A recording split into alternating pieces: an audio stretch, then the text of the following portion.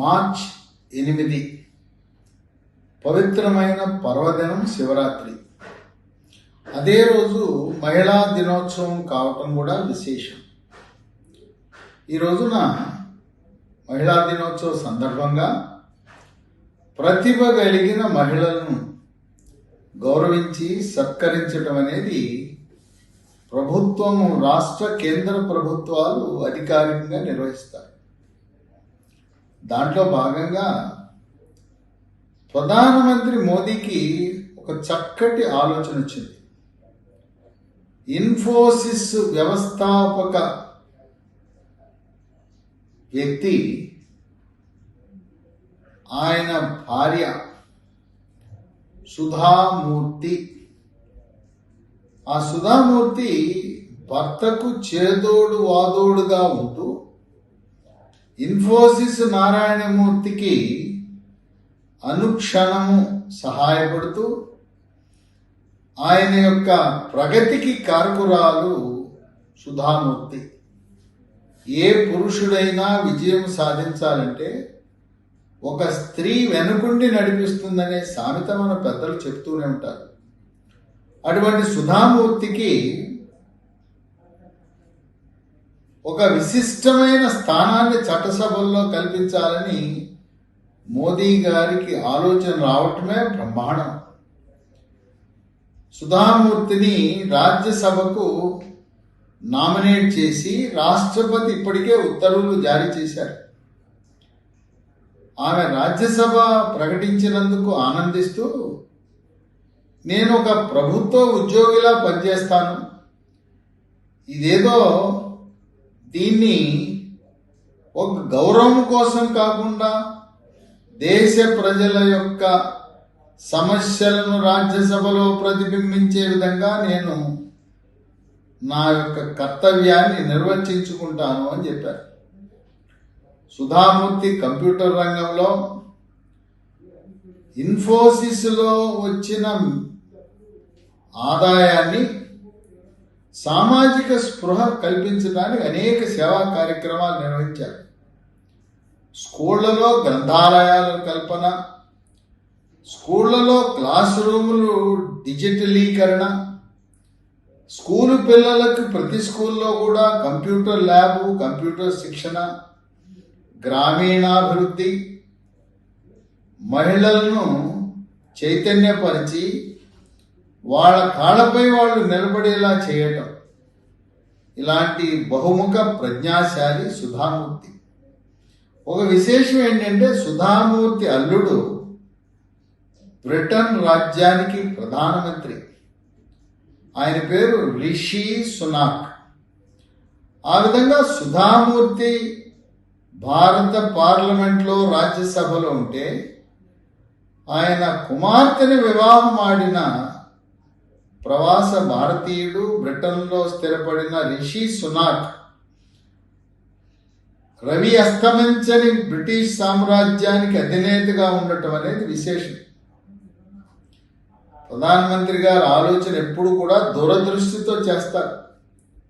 సుధామూర్తి భారత పార్లమెంట్లో ఇక్కడ ఉండటం వల్ల భారతదేశానికి, బ్రిటిష్ సామ్రాజ్యానికి ఎటువంటి అరమరగలు లేకుండా సత్సంబంధాలు, వాణిజ్య సంబంధాలు, విద్య, వైద్యము, సాంకేతిక రంగాలలో సహకరించుకునే అవకాశం ఉంటుంది.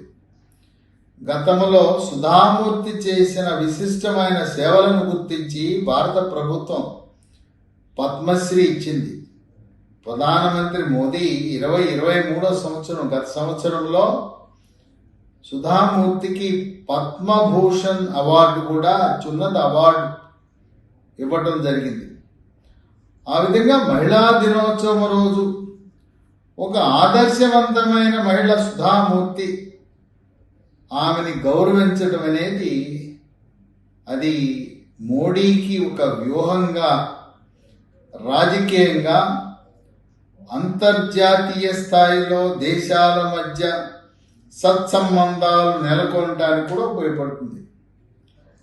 మహిళా దినోత్సవం సందర్భంగా ప్రధానమంత్రి మోదీ దేశ ప్రజలకు మరొక శుభ సందేశాన్ని తెలియపరిచారు. మనం కొనుక్కునే 14.2 కేజీల గ్యాస్ సిలిండర్పై 100 రూపాయల ధర తగ్గించారు. ఇదొక శుభవార్తే. ఇప్పుడున్న గ్యాస్ సిలిండరు భవిష్యత్తులో అంటే 9 మార్చి నుంచే మనకు తెల్ల కార్డు లేని వారికి, మధ్యతరగతి వారికి, ఉన్నత వర్గాల వారికి 800 రూపాయలకే లభిస్తుంది. అదే కొంతమందికి ఉజ్వల పథకం కింద గ్యాస్ సిలిండర్లు లభించినాయి. ఎవరికైతే ఉజ్వల పథకం కింద గ్యాస్ సిలిండర్లు లభించినాయో వారికి 500 రూపాయలకే సిలిండర్ లభిస్తుంది. ఆ విధంగా భారతదేశంలో కట్టెల పొయ్యిల మీద ఎవ్వరూ వంట చేసుకోకుండా ప్రతి ఒక్క మహిళ గ్యాస్ పొయ్యి పైనే వంట చేసుకునే విధంగా చర్యలు తీసుకుంటున్న మహనీయుడు ప్రధానమంత్రి మోదీ. ఇప్పుడు మనం గ్యాస్ సిలిండర్లు తెచ్చుకోవడం, బిగించుకోవడం, మార్చుకోవడం అనేది ఉంది. ప్రధానమంత్రి 3వసారి మోదీ అధిష్ఠించిన తర్వాత రాబోయే కాలంలో మన ఇంటికి నీరు ఎలా వస్తుందో గ్యాస్ కూడా పైపు ద్వారా మన ఇంటికి వస్తుంది. మనం ఎంత వాడుకున్నామో అంత గ్యాస్కి బిల్లు కట్టవలసి ఉంటుంది.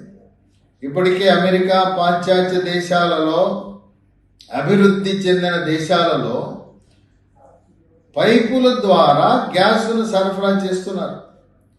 భారతదేశంలో కూడా ఇప్పటికే కొన్ని నగరాలలో దాదాపు భారతదేశ జనాభాలో 20% మందికి పైపు ద్వారా ఇంటికి గ్యాస్ను సరఫరా చేయటం అనేది ఒక విశేషం.